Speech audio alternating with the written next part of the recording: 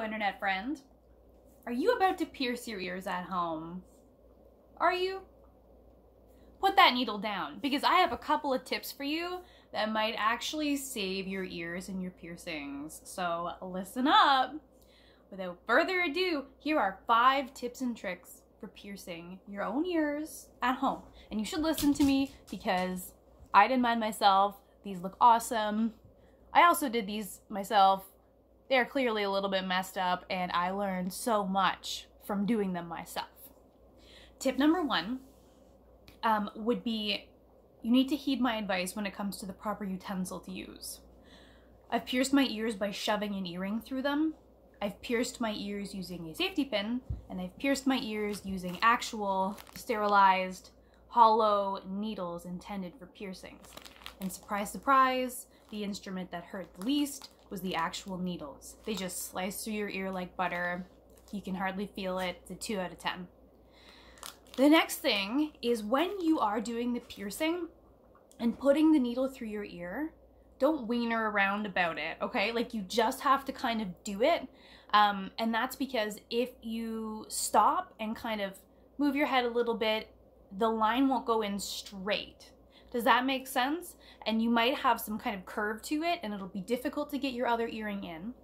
And also, it might cause little kind of micro tears and incisions in that ear, which will make it difficult to heal. So just take that needle straight through. The third tip is that you need to consider the aligning and the spacing before you start stabbing at your ears with needles. So you need to decide how far apart you want each earring to be.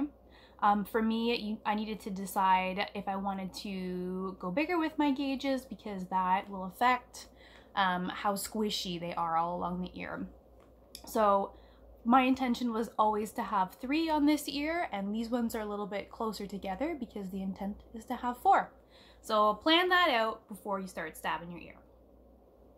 Number 4 is consider the angle that you actually put the needle in at, because the backs of the earrings, if you don't have the same straightness going through the ear, so example, if you put one in like this and then you have the other one accidentally kind of on an angle like that, the piercing itself, the backs will crash into each other and they'll get infected, and it's just gross. So you need to make sure that for each ear, for each piercing you're doing, you find an angle, whether it's like this, just make sure that each hole is consistent.